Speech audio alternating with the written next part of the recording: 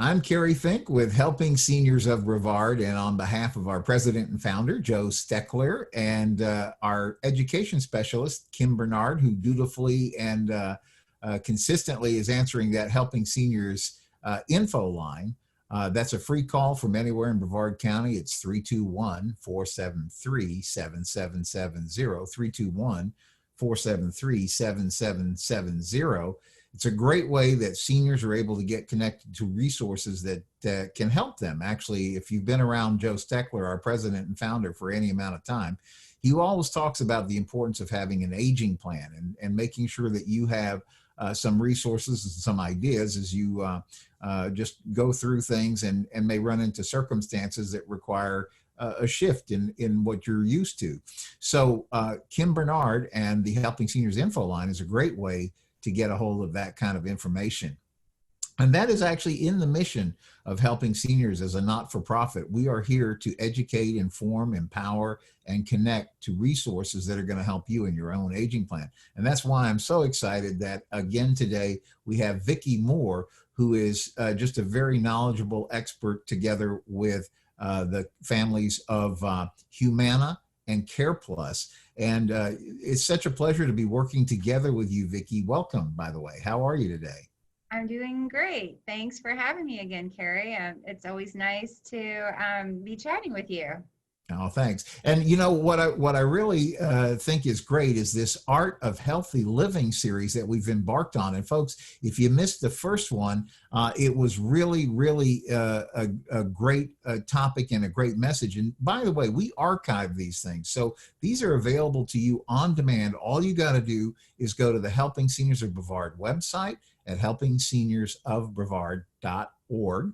You can find these on our YouTube channel. I want to encourage you to subscribe to the Helping Seniors YouTube channel. And for those of you who follow along and like us on Facebook, you can find these videos right there. But it was an excellent thing. And I love this whole theme that we're talking about. Last time we talked about, mood and how food and movement can help us really improve our mood. And today, this is exciting because we've got a whole topic we're going to get into about organic foods. And I have a feeling you're going to help us separate fact from fiction about all this. Yes, definitely. I'm really excited about our topic. It's called Organic Foods to Buy or Not to Buy. And I think it's got some really great information in it. Yeah. So looking forward to us getting into that.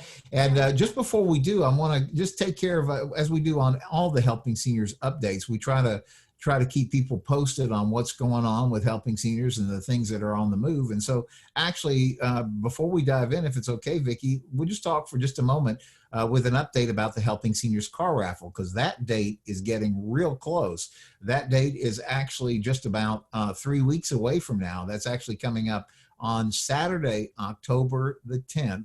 Somebody is going to pick up keys to a brand new car, and they get to pick which car they want. They have a choice of a 2020 Chevrolet Camaro. They get to choose if they would prefer a 2020 Dodge Challenger. They might opt for the 2020 Kia Sportage, which is a cool little crossover vehicle, or they could take the little spiffy Mazda Miata convertible, which would be great for zipping around the beach and all that kind of stuff. I don't know. Did I ask you this, Vicki, which car you vote for? Well, they all sound great, but I think my first choice, which, I'm definitely buying my tickets, and I am going to go for the Mazda Miata. I love the convertible, especially here in Florida. Yeah, that is such a fun car. And boy, I'm telling you, it's just neat. Yep. So very excited. I'm crossing my fingers. Well, that's right. And so if you haven't gotten your ticket, you got to be in it to win it. So it's real easy to get a ticket. You can do a couple of things. You can go directly to helpingseniors.carraffle.com, helpingseniors.carraffle.com, and you can order your ticket safely online. And the deal is one ticket is a $25 donation, or you can get 5 for a $100 donation. And let me tell you why you want to consider the 5. So each ticket is, of course, one chance to win the car. And as you know, when you see these, maybe you pick up the little things at a fast food place and it's some kind of a little game that they're having. And if you ever read the odds, it's like 1 in 8,000 million or something ridiculous. And but because this is basically a local event, your odds of winning a car are actually incredibly good. It's not hundreds of thousands. It's certainly not millions. It's not hundreds of thousands, not even tens of thousands. So you have a really good shot, but also your ticket is going to give you an invitation to the American Muscle Car Museum. Now, in the past, we've been able to have those events directly at the museum the night of the drawing. And sadly, because of COVID and all the restrictions it requires, we want to do things safely and correctly. So there is no public admittance to the museum on the night of the drawing. However, we will be doing Facebook Live and YouTube Live, and we've got some great surprises happening all that day. So you'll want to mark off that Saturday, October 10th, to be joining us via Facebook Live and via YouTube Live, and you're going to see all the things happen. And you're also going to get a preview tour of the museum because your ticket will be an admit one to the museum. The owner, Mark Pylock, has generously said, hey, listen, guys, when the restrictions are lifted where we can safely allow groups in, we're going to open up not one, but actually up to 3 days where people who have Helping Seniors Car Raffle tickets are going to be invited into the museum, and they can come spend the entire afternoon, really take a look at this $70–80 million collection that Mark Pylock has amassed under this roof. It's really amazingly impressive. And so you'll get a chance to be able to tour the museum. And so what I tell people is go ahead and opt for the 5-pack of tickets, because what that does, number one, it's the best help to helping seniors because that's where your money goes. It goes directly into helping focus on the mission of helping seniors and the work that we do with the Senior Information Helpline. And so there's that benefit, but also the benefit is then you get 5 chances to win the car. And win the car, don't win the car, whatever happens with that, you are still a winner because you get to come back to the American Muscle Car Museum, and now you get to bring 4 of your friends because each ticket is admit one. So to me, it's like really the best deal. And Vicki, I know it's going to be a fun time out there, and just somebody's going to have a great car to drive home in. I'm really looking forward to it, Carrie. I've not been to the museum, and it's such a great cause. So it's going to be a great event. Yeah, and thank you guys for being part of all that you do corporately to help us in the Helping Seniors, actually for years now. So we really want to extend a thank you to Humana and CarePlus for supporting the work that Joe does with Helping Seniors. And so with all those kind of preliminaries out of the way, I'm really just looking forward to diving into the topic. You know, it just what you started when you talked about this last time about introducing how different foods can help us with mood if we're feeling a little bit down and things like that. This is really going to probably just take us to the next level. So with that, folks, let's take a look at what Vicki is going to share with us today: organic foods to buy or not to buy. All right. Well, thanks again, Carrie. All right, so before we get started, just kind of wanted to go over a few reminders. This will go about 50 minutes, and you're definitely, have the opportunity to ask questions within the chat, so feel free to do that. And I want to remind you all that I am a health educator. I am not a medical doctor. So if you hear of anything during today's class that inspires you to make some sort of health or medical change, such as taking a new vitamin or starting an exercise program, make sure that you talk to your doctor first. And there is also a handout that is available with the same information. So if you would like to have that handout, then you can request that. You can, put that in the chat with your contact information, or you can call the Helping Seniors of Brevard office, talk to Kim, and she, give her your information. And as Carrie said earlier, that number is 321-473-7770. So feel free to call the office, or you can actually contact me as well.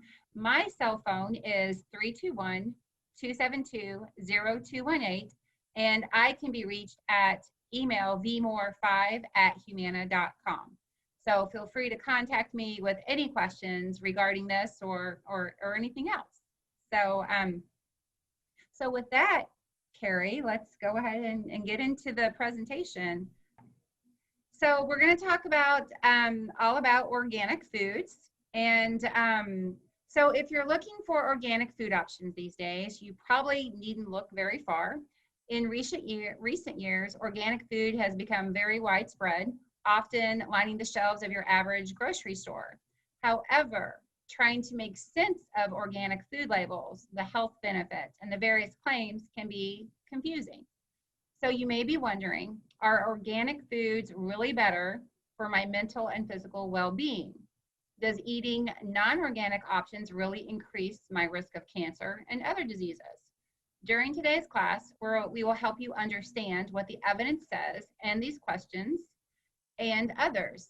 So we're going to learn about organic foods, including what organic really means, the pros and cons of organic foods, and we're going to talk about organic foods to focus on and tips for buying organic foods.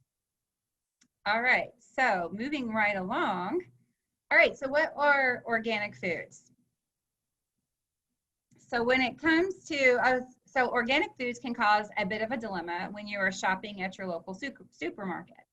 On one side of the aisle, you have a conventionally grown apple, and on the other side, you have an organically grown apple. So both of these options are firm, shiny, and red, and both provide lots of vitamins and fiber while being free of fat, sodium, and cholesterol. So which apple would you choose? I know I've definitely had that dilemma myself. But to help you make your decision, you need to have a clear understanding of what organic means. According to the Mayo Clinic, the word organic refers to the way farmers grow and process things like fruits, vegetables, grains, dairy products, and meat. Regulations vary from country to country, but in the US, organic crops must be grown without the use of synthetic, which would be man-made, pesticides, bioengineered genes, those GMOs that you see in all the labels these days, petroleum-based fertilizers, and sewage or sludge-based fertilizers. So what are these organic foods? When it comes to meat, eggs, and dairy products, organic livestock raised for these products must have access to outdoors and be fed organic feed. So they may not be given antibiotics, they may not be given growth hormones or any other animal byproducts. A byproduct is something that's produced in the process of making something else. All right, organic versus conventional products. So organic produce. So organically grown produce is grown with natural fertilizers like manure, compost. Conventionally grown produce is grown with synthetic or chemical fertilizers. In organic produce, weeds are controlled naturally via crop rotation, hand weeding, mulching, and tilling. Conventionally grown produce controls weeds with chemical herbicides. So pests are controlled using natural methods like birds or insects or traps, and naturally derived pesticides for organic produce. Pests are controlled with synthetic pesticides and conventionally grown pesticides. So next, let's cover organic meat, dairy, and eggs. The livestock used for organic options are given all organic, hormone-free, and GMO-free food. So the livestock used for conventionally raised meat, dairy, and eggs may be given growth hormones for faster growth, and they may be fed non-organic or GMO feed. For organic options, disease is prevented with natural methods like clean housing, rotational grazing, and a healthy diet. For conventional options, antibiotics and medications are used to prevent livestock diseases. Organically raised livestock must have access to the outdoors. Conventionally raised livestock may or may not have access to the outdoors. So that's a lot of information, but kind of the differences there between the organic and the conventional. All right, so as we discussed, one of the benefits of organic foods is that they contain lower levels of pesticides. While organic farmers do use pesticides, and I, just recently just realized that, but there are pesticides used, but they only use naturally derived pesticides rather than the synthetic ones that are used in conventional farms. These naturally derived pesticides are believed to be less toxic. A pesticide is any substance used to kill, repel, or control certain types of plants or animals that are considered to be pests. Pesticides would include herbicides for destroying weeds and other unwanted vegetation, insecticides for controlling a variety of insects, fungicides, to help prevent the growth of mold and mildew, disinfectants for preventing the spread of bacteria, and compounds which are used to control mice and rats. So people can be exposed to low levels of pesticide residue through the foods that they eat, or by breathing them in while working in agricultural and other occupational settings. So according to the National Institute of Environmental Health Services, scientists do not yet know the health effects of pesticide residue on foods. The Environmental Protection Agency, or the EPA, the Food and Drug Administration, the FDA, and the U.S. Department of Agriculture, the USDA, all help regulate and measure the pesticides that are in food. What are GMOs? So, and as I said, I think pretty much anytime you go to the grocery, you're going to see the packaging, and you see that all the time, whether it contains GMO. Well, typically it's going to say does not contain GMOs, because people want to highlight that. But GMO stands for genetically modified organisms. Typically, GMOs are engineered to make food crops resistant to herbicides and or produce an insecticide. So for example, most of the sweet corn produced in the US is genetically engineered to be resistant to the herbicide Roundup and to produce its own insecticide, Bt toxin. Genetically engineered foods have had their DNA changed using genes from other plants or animals.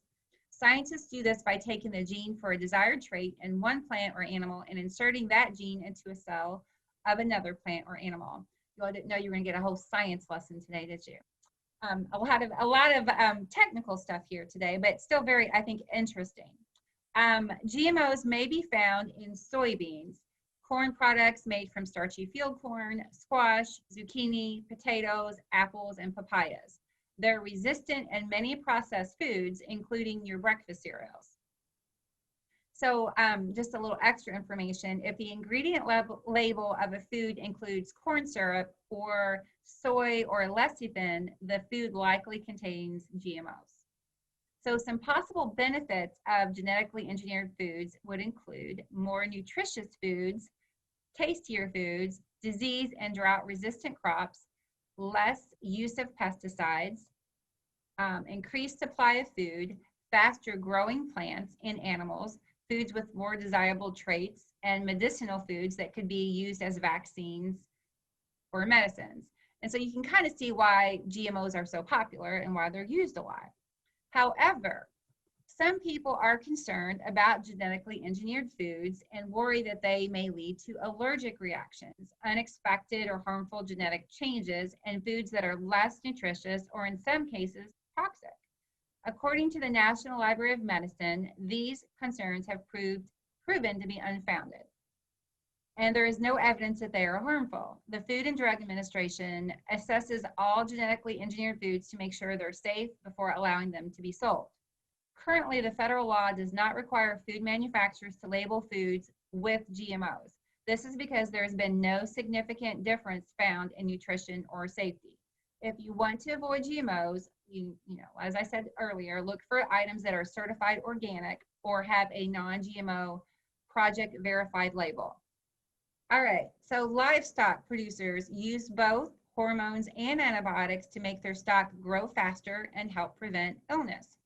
Farmers sometimes inject livestock, their cattle and sheep, with hormones like synthetic estrogens and testosterone to help them gain weight faster. This is because more weight means more meat. This leads to more profit for the producer. Hormones called recombinant bovine growth hormone, or the RBGH, may also be used to increase milk production in dairy cows. One thing to note is that the USDA does not permit the use of hormones in pork and poultry. So that's interesting, only hormones in cattle and sheep, not pork and poultry. Hormones have been the subject of debate for many years. Some people are concerned that these hormones may increase the risk of certain types of cancers and lead to early puberty in children. In fact, the use of hormones has been banned in some countries. However, according to the Food and Drug Administration, these hormones are safe to consume and pose no significant risk of health problems. Antibiotics are often used to prevent or treat diseases in all farmed animals. In some cases, they may also be used to promote faster growth and increased profits. When animals are given antibiotics to promote fast growth, bacteria are exposed to low doses of antibiotics for a long period of time. This can lead to the development of antibiotic-resistant bacteria. Some people are concerned that the antibiotics being used may be contributing to the rise of antibiotic-resistant bacteria, like salmonella and other intestinal diseases, which, we hear that discussion a lot these days. So this may pose, it could possibly pose serious health risks. So as a result of these concerns, the FDA has been trying to phase out the use of certain antibiotics in food production for the last several years. As of 2017, medically important drugs, meaning those that are important to human health, are not allowed to be used to promote faster growth in farmed animals in the US. And just a little extra tidbit, giving antibiotics to farmed animals will kill most bacteria like in humans, but resistant bacteria can still survive. So when the farmed animals are slaughtered and processed, resistant germs in the animal's gut can contaminate the meat or other animal products. Organic food may be more nutritious. The Mayo Clinic says that organic produce may have small to moderate increases in some nutrients, including some powerful antioxidants. Additionally, organic meats, your dairy and your eggs, tend to have higher amounts of omega-3 fatty acids, which is a type of fat that is considered to be more heart healthy than other types of fat. In fact, a 2016 meta-analysis published in the British Journal of Nutrition found that organic dairy and meat contains about 50% more omega-3 fatty acids than not. So it's just some extra information. The feeding requirements for organic livestock is what results in the higher level of omega-3 fatty acids. So that sounds like a good thing. Organic produce contains fewer pesticides and other chemicals, according to the Mayo Clinic, compared with conventionally grown produce. Organically grown produce has lower detectable levels of pesticide residue. The chemicals used in conventional agriculture, such as insecticides, fungicides, and herbicides, may remain on and in food. Remember, in organic foods, pests are controlled using natural methods like birds, insects, and traps, and naturally derived pesticides. As we've already discussed, it is clear if there are potential health hazards of pesticide residue on foods. Well, I should say unclear. So, organic meats may contain less antibiotic-resistant bacteria. According to the Mayo Clinic, organic meats may have a lower occurrence of bacteria resistant to antibiotic treatment because unlike conventionally raised livestock, organically raised livestock is not given these antibiotics. So lastly, organic farming may be better for the environment because organic farming practices help reduce pollution, they conserve water, they reduce soil erosion, and use less energy. Many advocates say it's better for the environment. And Carrie, this is a lot of information. Any questions from you at this point or any comments? No, as I'm seeing you go through this, I think it's fascinating because when the average person, and I would probably throw myself well into that category, it's just like what you're saying. You go to the grocery store and you see these two options and you're trying to decide, you just automatically assume that organic must be better because it is more expensive. And then the question is, trying to make that decision as to where it's going to be, is that extra expense worth the benefit? And so I think what you've been able to do in going through this is to help shed some light on the actual definition, because again, so often with buzzwords, we hear these things all the time, but we don't ever really stop down and think about what they meant. And so in particular, I thought it was interesting when you were talking about the animals stuff that we buy. And I thought it was very fascinating that you mentioned that, for the moment, you can have the organic beef, but if I heard you correctly, that's not really there for for some of the other meats yet. Right.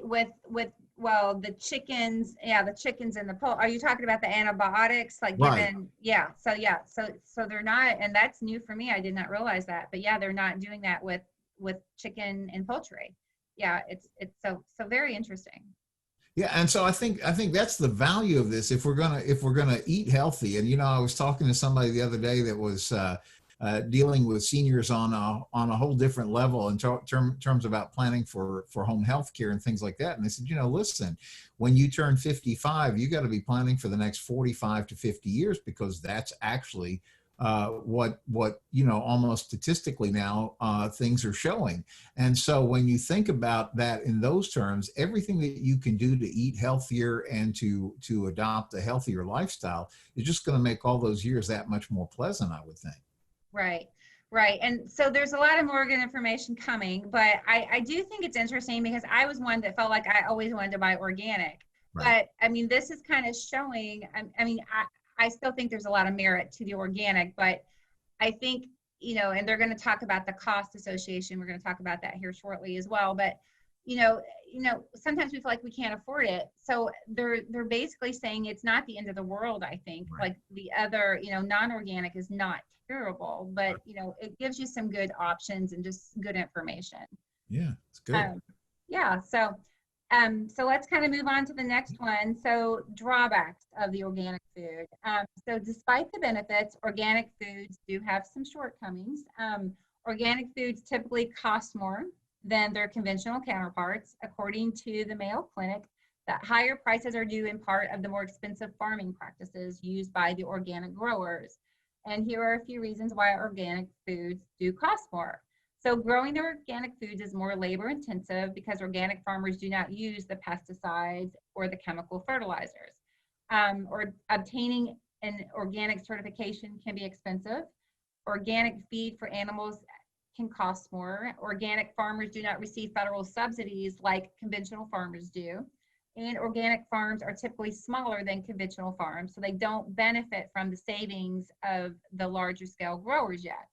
And so I know I've always wondered, why do they cost so much more? So it's kind of nice to hear this, to know, okay, this is why.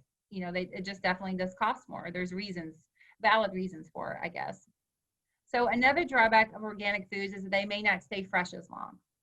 This is because they don't contain the same additives and preservatives as conventionally grown and processed foods. And so, that's the type of thing where, maybe you don't buy the stuff in bulk. You buy it as you eat it. So you might be making more trips to the grocery or wherever it is you're making your purchases.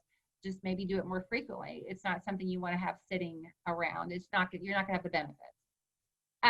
So a final disadvantage of organic foods is that currently there is no strong evidence to prove that eating organic foods provides any health benefits over eating conventionally grown foods.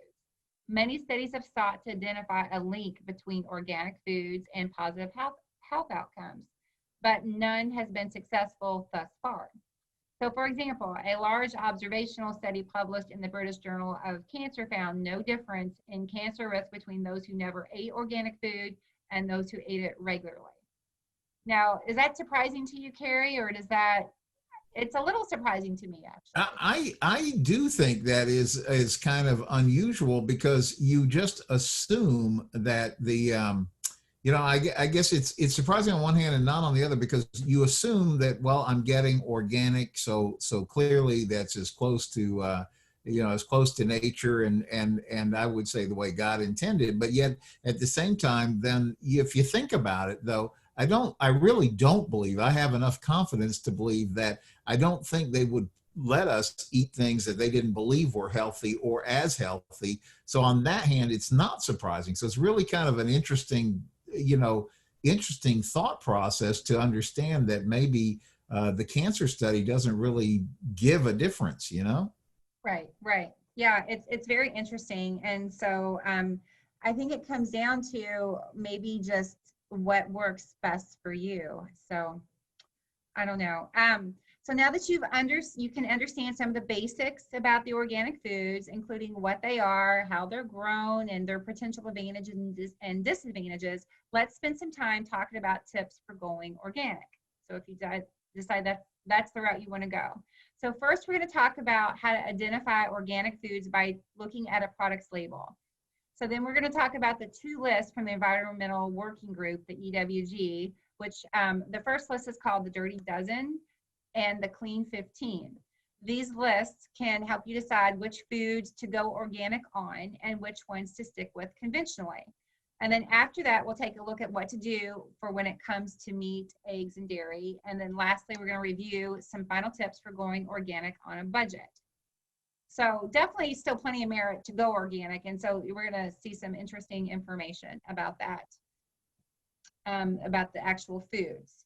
All right, so if you're thinking about buying organic foods, one question you may have is, how do I know if a food is organic or made with organic ingredients? And luckily, you can just check the label. So in the United States, the Department of Agricultural, the USDA, you see that on, on your meat labels.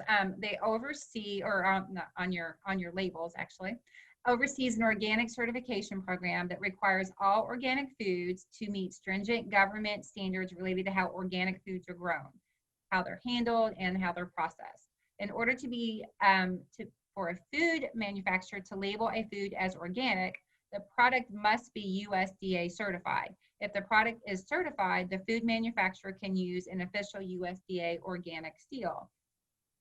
So food manufacturers who sell less than $5,000 per year in organic foods do not have to go through the USDA.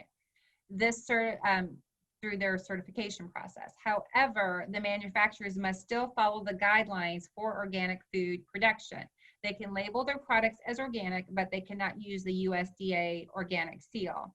And so I guess, with, when you've got your small farmers, that, that just becomes very costly. But I think with your farmers markets and places like that, you've got these farmers that want to provide those healthy foods and have them. So it's not, they don't have to go through as much as the bigger farmers do, which is good. So just an overview of how the organic foods may be described on a product label. So if it's 100% organic, this is used to certify organic single ingredient foods like fruits, vegetables, your eggs, or your meat.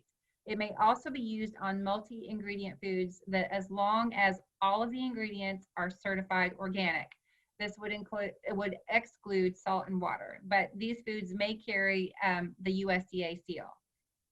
The next labeling is just organic, and this is used on multi-ingredient foods, which is 95% of the ingredients are certified organic.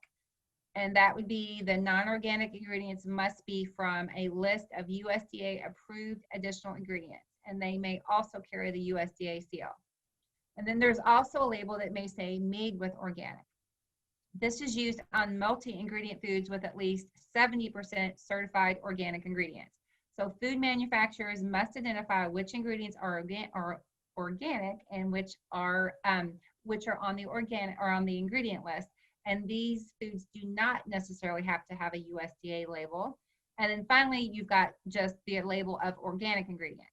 And this would be a multi-ingredient food in which less than 70% of the ingredients are organic, cannot be labeled as organic, or carry a USDA seal. The food manufacturer can specify which ingredients are organic in the ingredient list. So really the ones that I guess, you really, if you really want to be organic, you want to stick with 100% organic label or the organic label. You may also be wondering, do organic and natural mean the same thing? Because I know I definitely see a lot of products in the store that just say natural. And so the answer is actually no. These two terms are not the same. In general, natural means that the food contains no artificial colors, flavors, or preservatives. It does not refer to how the food's ingredients were grown or prepared. All right, so really, of course, the organic is more about how they're grown and prepared. So just, a little bit different. All right, so our next slide here is, okay, we're gonna get down and we're gonna talk about the dirty dozen. According to the Environmental Working Group, the EWG, a nonprofit environmental and health organization, the pesticide residues are common on conventionally grown produce, even after it's been carefully washed or peeled. However, not all types of produce have the same amount of pesticide residue. Several years ago, this led the EWG to create these two lists. The dirty dozen, which are the fruits and vegetables with the most pesticide residues, and then there's also the clean 15, which are the fruits and vegetables with the fewest, if any, pesticide residue. So each year, the EWG releases updated lists. On the 2018 Dirty Dozen list, the EWG included, and this is in descending order, strawberries, spinach, nectarines, apples, grapes, peaches, cherries, pears, tomatoes, celery, potatoes, and sweet bell peppers. So, descending, so strawberry is the #1 fruit that you find with the pesticide residue on it. And remember, according to research done by this EWG, these 12 foods tested positive for numerous different pesticide residues and contained higher concentrations of pesticides, than the other produce. So with this executive summary report, the EWG shared these key findings. So more than 98% of the strawberry, spinach, peach, nectarine, cherry, and apple samples tested positive for residue of at least one pesticide. One of the strawberry samples showed residue from 20 different pesticides. And the spinach samples tested had on average 1.8 times as much pesticide residue by weight than any other crop. So is that a surprising list to you, Carrie, or what do you think about that? It's really making me think, because if from what we were talking about before, right, if you thought about which might be worth spending the extra to go organic with, it would seem like you would be thinking about this dirty dozen, right? I think so. I think that's good information. And, they update this list every single year. They do this testing every year. And so, yeah, so if you do love the idea of going organic and you do want to reduce pesticides, and these are some of your favorite fruits and vegetables, you definitely want to pay attention and go organic, from this list for sure. So let's look at the next. So the Clean 15, this is a more positive list. This is a list of produce that's the least likely to contain the pesticide residue.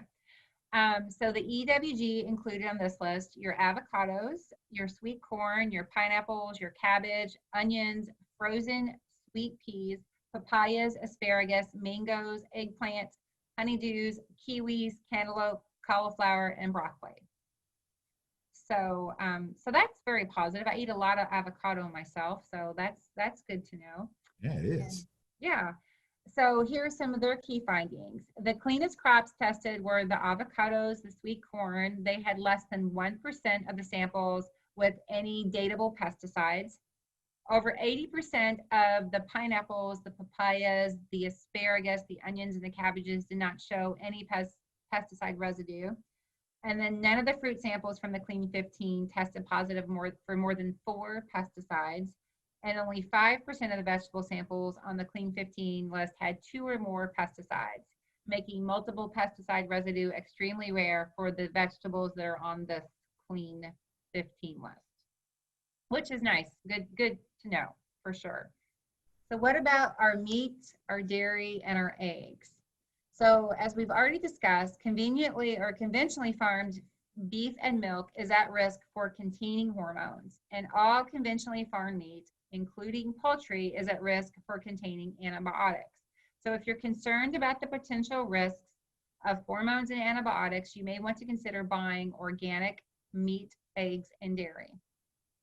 So remember, according to the USDA, regulations for organic livestock require that animals be raised in living conditions that accommodate their natural behaviors. This may mean that a cow has the ability to graze or, on a pasture.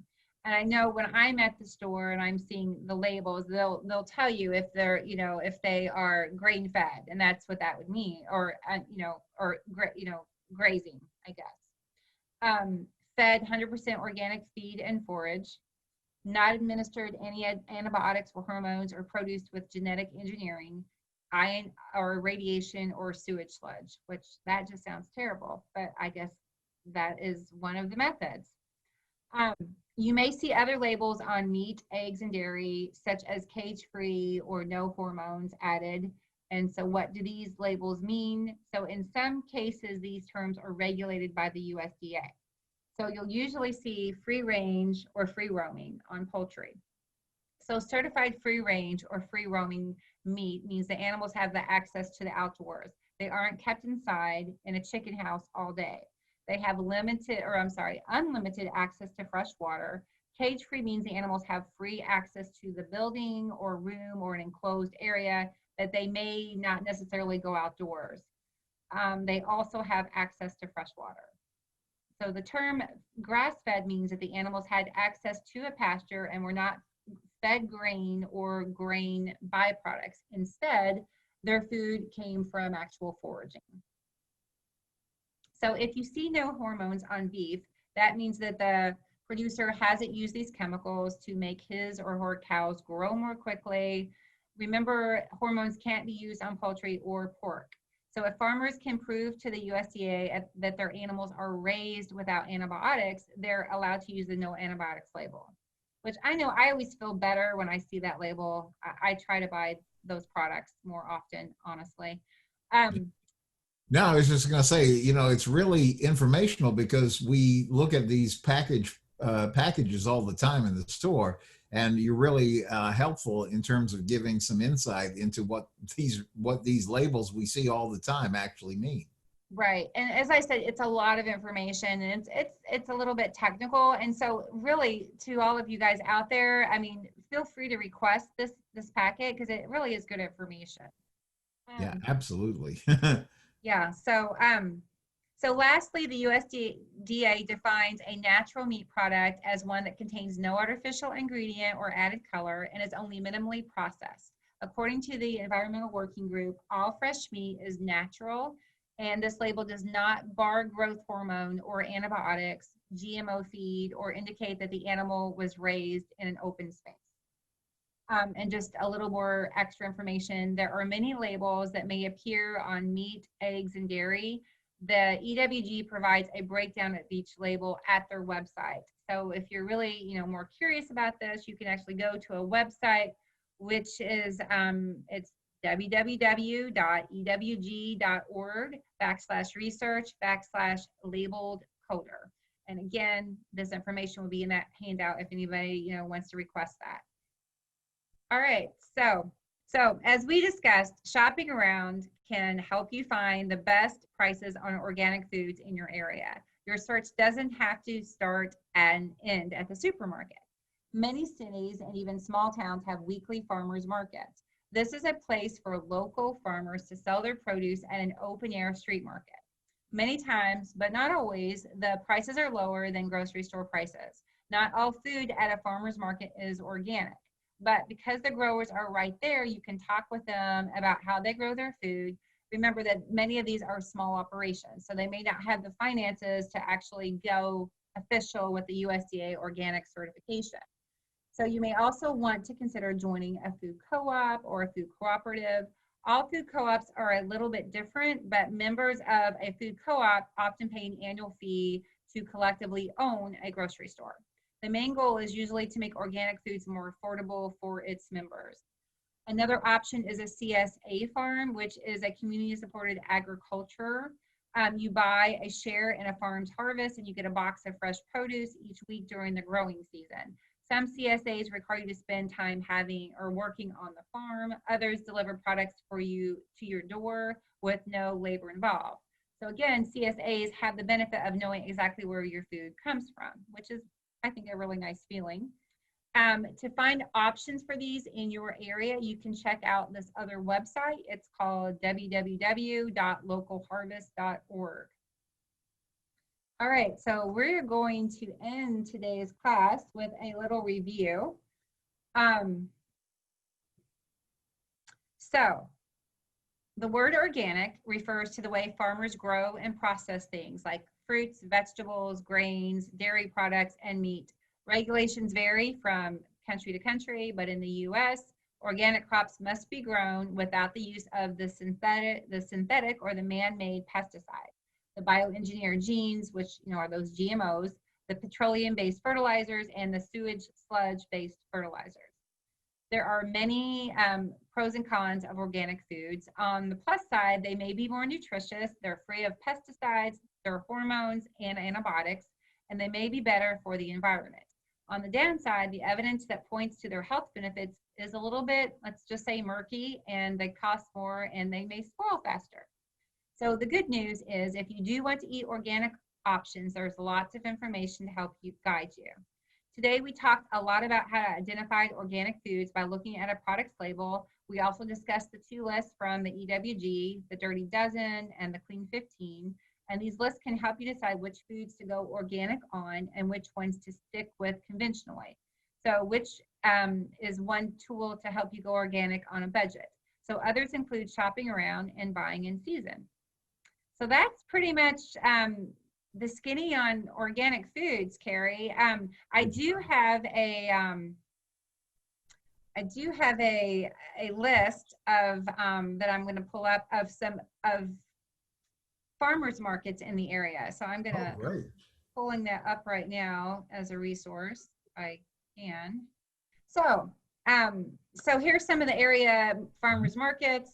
We've got, coastal produce. There's Satellite Beach Farmers Market, Highs Farms, which is a green marketplace, Brevard County Farmers Market, downtown Melbourne Farmers Markets, Brevard County Farmers Market, Renninger's Flea and Farmers Markets, Orlando, and we're not going to get into, we're going to say in Brevard County, but yeah, so you definitely have some options with farmers markets. Plenty to choose from. So that's great information, Vicki, because like you were talking about, there's definitely a lot of facts to know. If you're going to be an expert in it and try to figure out which way to go with organics, you really want to maybe view this again, because you covered so much ground. And I think you mentioned too that there's a handout that's available, and all you got to do is give Vicki a call directly. Vicki, what's that number to reach you directly? You can give me a call at 321-272-0218. Yeah, and or just give Kim a call in the Helping Seniors office, and she'll get you connected with Vicki. The phone number for the Helping Seniors information helpline, and it's a good number to have jotted down anyway, is area code 321-473-7770. 321-473-7770. Such good information to have and to appropriate, because again, like we were talking partway through this, we hear these terms all the time. We just don't know necessarily the full meaning and when it's beneficial and when it's not. And I think you've done a great job of working through this material to help us get a good grip on all of that. Well, it's a lot of material, a lot of technical terms, but yeah, I think it pretty much breaks it down though and makes it pretty simple. I really like the idea of those two lists. I think that myself, I'm going to kind of refer to that when I'm doing my organic shopping. I like that, the dirty dozen and the clean 15. That's a good summary right there. So listen, as we go on with this Art of the Healthy Living series, and it's one of the reasons why I think this is such an important series, every other Friday, Vicki is back with more information that's going to help us in this. What a great series. If you missed the first one where we were talking about food and mood, you can still pick that up. You can find it on the Helping Seniors website. You can find it on the Helping Seniors YouTube, and you can find it on the Helping Seniors Facebook. And, the Art of Healthy Living encompasses so many areas. We talked a little bit about fitness and things like that last time. Today, we focused in on food. Next time,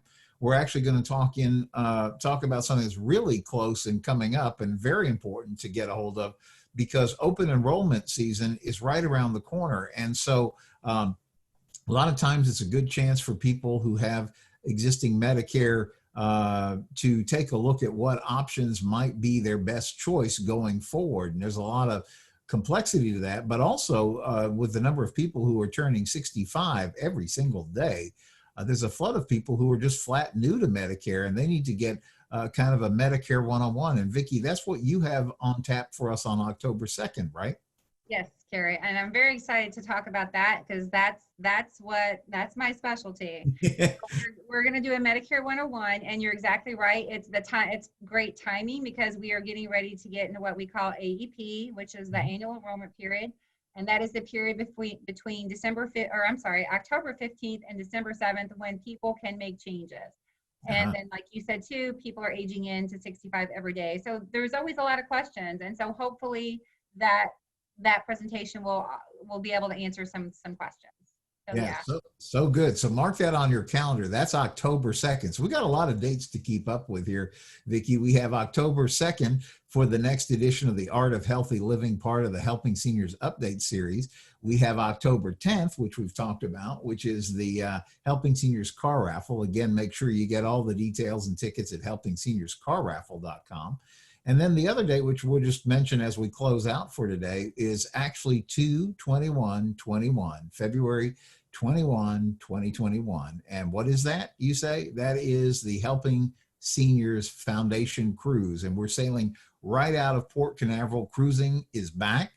It's going to be safe. In fact, they've made the argument that they promise the cruise ship is going to be cleaner than your own home, and they're not taking any chances. So they're going to make sure we do everything cruise-wise safely and properly. But it's for those of us that missed a chance to go out and have a real vacation this year, it will be time. So February 21st, 2021, we're sailing right out of our home port, Port Canaveral, on board the beautiful MSC Seaside.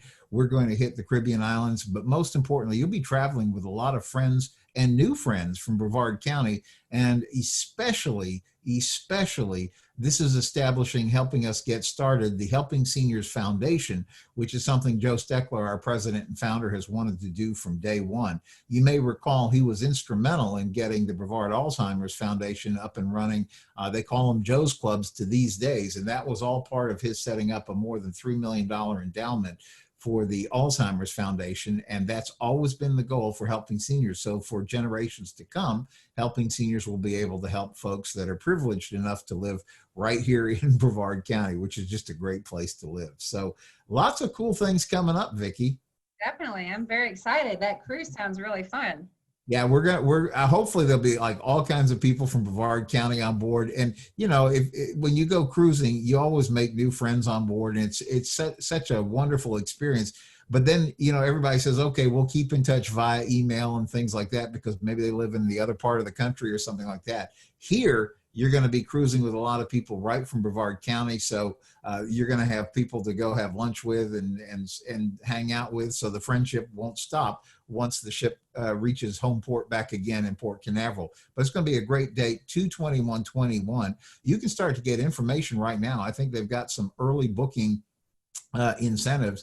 You can go to helpingseniourstravelclub.com, and it's Chris Morse and his partner Betty, who are real experts. They are actually senior travel certified. They're special needs certified. So if you think that you may not be able to travel because you have some complications or things like that, make sure you give them a call and work through it, because they've been able to get people who thought their traveling days were behind them safely traveling. And particularly, like I said, we've been kind of cooped up at home. So this will be fun to really get out and enjoy it. So helpingseniourstravelclub.com on that. And Vicki, one last time before we say goodbye for today, what is the best phone number to reach you at, both about this information, but even maybe if somebody just has a question about you know, hey, Medicare open enrollment's coming up. I need to know more about what my options are.